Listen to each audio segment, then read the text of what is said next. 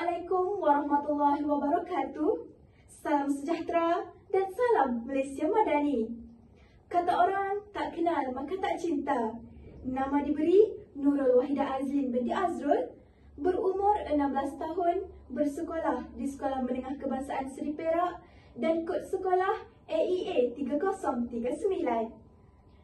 Sahabat-sahabat buku yang saya muliakan, membacalah kerana buku adalah jendela dunia.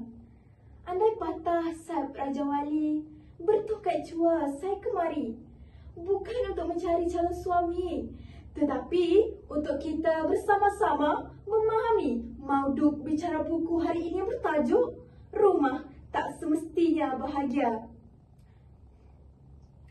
Karya yang dikarang oleh Encik Ali Zulkifli ini dicetak pada tahun 2023 di bawah penerbitan Iman Publication Sendirian Berhad. Harga buku ini bagi Semenanjung Malaysia adalah RM32, manakala di Sabah dan Sarawak pula berharga RM35.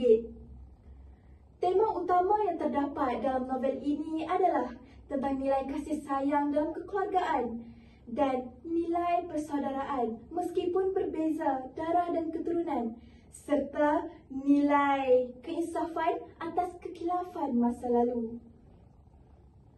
Karya ini menceritakan tentang seorang lelaki muda yang diabaikan dalam keluarganya bertemu dengan seorang lelaki tua bernama Pakcik Yazid.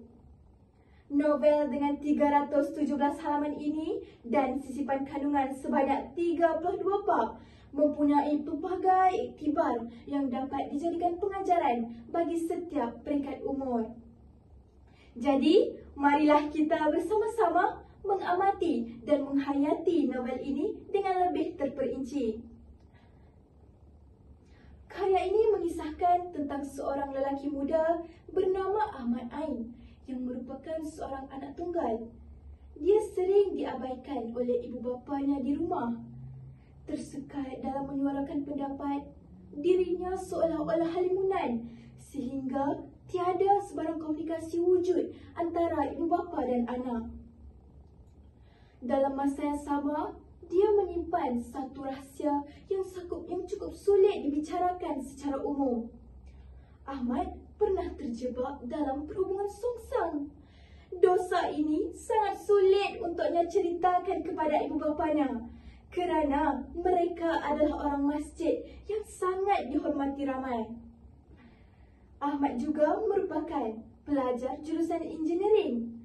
Setelah tamat pengajian, Ahmad bekerja sementara di salah sebuah pusat jagaan orang-orang tua iaitu Laman Harmoni.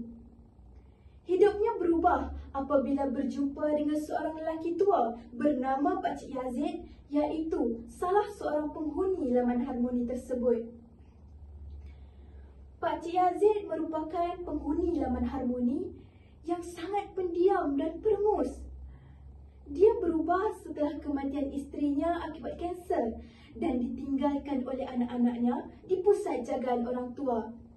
Kesakitan inilah yang membuatkan Pakcik Yazid suka menyendiri. Ahmad cuba mengambil hati Pakcik Yazid dengan menawan hatinya melalui origami gajah yang setelah sekian lama ingin dicubanya. Kerana origami gajah itu merupakan permintaan terakhir isterinya sebelum meninggal dunia.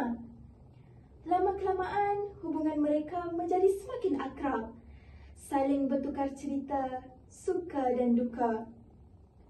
Sehinggalah suatu tragedi di mana Ahmad cuba berterus terang kepada kedua ibu bapanya tentang dosanya yang lalu.